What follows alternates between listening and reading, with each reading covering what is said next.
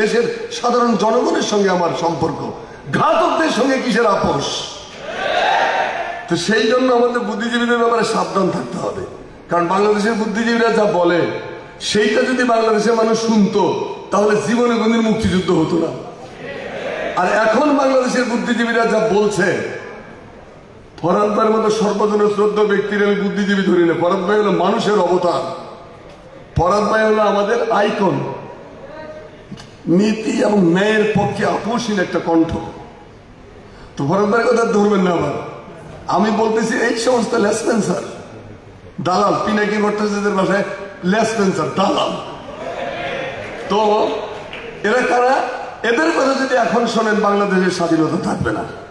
অতএব প্রত্যেক বাড়িতে বাড়িতে গেটে গেটে লাগিয়ে রাখবেন। আগে থাকতো না কুকুর হইতে সাবধান, এখন লিখবেন বুদ্ধিজীবী হইতে সাবধান। কারণ এরা নিজেরা বিভ্রান্ত, অপরকে বিভ্রান্ত করে, আপনাকে ভুল জায়গায় নিয়ে যাবে। তো ভাইরা আমার, আমরা বিপ্লব করেছি যুগে যুগে, অনেক কথা হয়েছে। আমি যখনই যে কথা বলতে নোট করি তখন দেখি পরের বক্তব্যটা বলে ফেলেন, আবার নোট করি, আবার দেখি পরের বক্তব্য আরেকজনটা বলে ফেলে, ফলে আমার আলাদা আলাদা হয়ে গেছে পুরো প্রক্রিয়া। তো যাই হোক, সংক্ষেপে বলি যে বিপ্লব 47 সালে আমরা পাকিস্তান আন্দোলন করেছিলাম। ব্রিটিশ বিতরণে আমাদের পূর্বপুরুষরা অসীম সাহসিকতার পরিচয় দিয়েছিলেন। আমাদের সলিমুল্লাহ, আমাদের শেরে বাংলা, আমাদের মৌলানা আব্দুল হামিদ খান ভাসানী, আমাদের হোসেন শহীদ সরওয়ার্দী, তারা ব্রিটিশ বিতরণের জন্য আমাদের নেতৃত্ব দিয়েছেন সামনে থেকে। এখন অনেকে বলবে যে শেখ মুজিব, আরে বাবা, শেখ মুজিব তো ওয়ার্কার, গোপালগঞ্জের ছাত্র সংগঠনের নেতা, এতে তো ছোটখাটো বিষয়। তো সেইটা যে স্বপ্ন, তো পাকিস্তান ছিল আমাদের কাছে একটা ইউটোপিয়া, ড্রিমল্যান্ড, একটা স্বপ্ন যে অন্তকে কলকাতা কেন্দ্রিক সাম্প্রদায়িক হিংস্র বাবু বুদ্ধিজীবী ব্রাহ্মণ্যবাদের হাত থেকে, জমিদার মহাজনদের নির্যাতন থেকে আমরা রক্ষা পাবো, একটা মানবিক মর্যাদা নিয়ে বাঁচতে পারবো। আফটার 47 পোহাইলে সর্বরই দেখলাম যে হ্যাঁ, ওই চেঞ্জ কিছু হয়েছে, এটা ঠিক। আমরা 3rd গ্রেডের থেকে 2nd গ্রেডে উঠছি, কিন্তু 1st গ্রেডের নাগরিকত্ব পাইনি। ফলে 52 সালের ভাষা আন্দোলনের মধ্য দিয়ে পাকিস্তান আসলে শেষ হয়ে গেল, মন ভেঙে গেল। সংসার টেকে কখন? স্বামী এবং স্ত্রী।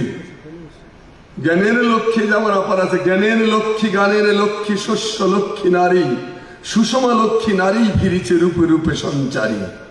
দিবসে দিয়েছে শক্তি সাহস, নিশীতে হয়েছে বধূ, পুরুষ এসেছে মরু ত্রিশালয়ে, নারী জুগিয়েছে মধু। রাজা করিতেছে রাজ্য শাসন, রাজা করিতেছে রাজ্য শাসন, রাজারে শাসিছে রানী, রানীর দরদে ধুইয়া গিয়াছে রাজ্যের যত গ্লানি।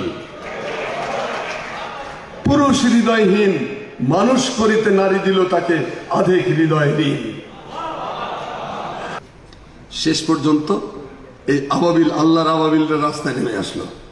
কাবা শরীফ রক্ষার জন্য আল্লাহ আবাবিল পাঠিয়েছিলেন আসমান দিয়ে, ছোট ছোট পাখি। এক আবাবিল আবরাহার গোষ্ঠী নিধন করেছে।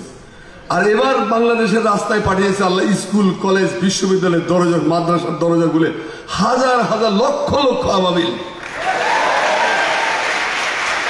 এই ছোট ছোট আবাবিলরা দুধের বাচ্চারা, যাদের এখানে দাড়ি গোপী ঠিক মতো গজায় নেই, তারা শেখ মুজিব আর এই শেখ হাসিনা ওদের এরকম পাপিষ্ট, নরঘাতক, গণহত্যাকারী, হিংস্র, প্রতিহিংসা পরায়ণ, জিঘাংসাঘাতর একজন মহিলাকে উৎপাদন শুধু করে নাই, দেশ ছেড়ে পালিয়ে যেতে বাধ্য করেছে।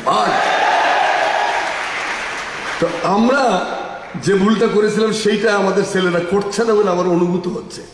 আমরা তো অস্ত্র শেখ মুজিবকে বিশ্বাস করে প্রতারণার শিকার হয়েছিলাম আমরা, কিন্তু আমাদের ছেলেরা, তোমরা সেইটা করো নাই। তোমরা রাস্তায় থেকে যাচ্ছ। এই রাস্তায় যদি তোমরা না থাকতা, জুডিশিয়ারি কু যেটা হতে যাচ্ছিল সেটা ঠেকাইতো কে? আনসার বিদ্রোহ হতে যাচ্ছিল সেটা ঠেকাইতো কে? রাস্তাঘাট ব্লক করে প্রফেসর ইউনূসকে বাড়ি থেকে বেরোতে দেয় না, এটা করতে ঠেকাইতো কে? আরো নানান জায়গায় নানান কাহিনী। এই ছাত্ররা, তোমরা যারা এখনো জেগে আছো, সেই জন্য বাংলাদেশ এখনো প্রতি বিপ্লবীরা সাকসেসফুল হতে পারে নাই।